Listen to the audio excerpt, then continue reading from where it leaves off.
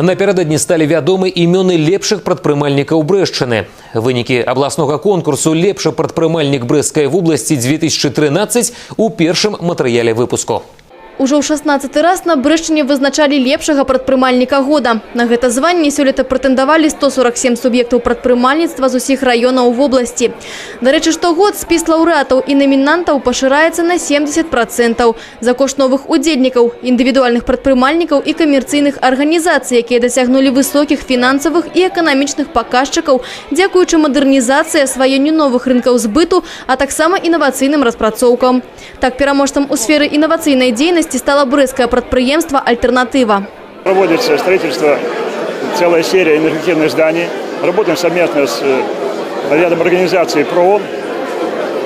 И в частности в Казахстане, там тоже под эгидой ООН сделано первый энергоэффективный дом в Казахстане. Это все на сегодня дает экономию 15 тысяч тонн условного топлива в год. Мы экономим только за счет работы нашей системы.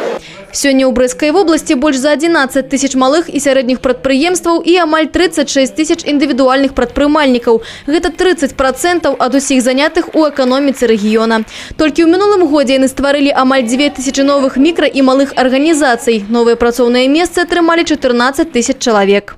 Нам нужны новые предприятия, новые рабочие места. Мы должны задействовать людей, те, которые освобождаются с других предприятий.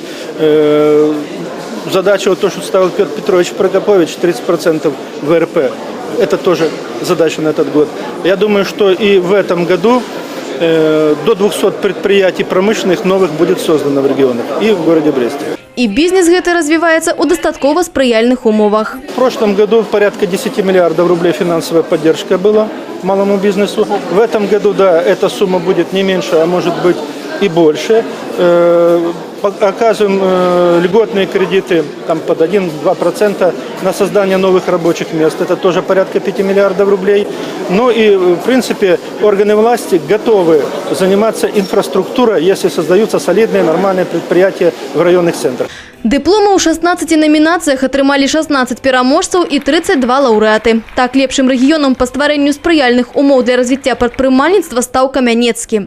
Мы ставим целью, чтобы уровень зарплаты был не ниже среднерайонного в этой сфере, значит, чтобы наращивались объемы производства, чтобы выручка и налоги, вот эта задача стоит. И в целом, ну, скажем так, положительно позиционировать и рекламировать наш район. Тетяна Болтуць, Миколай Ковалёў, областные новины, Брест.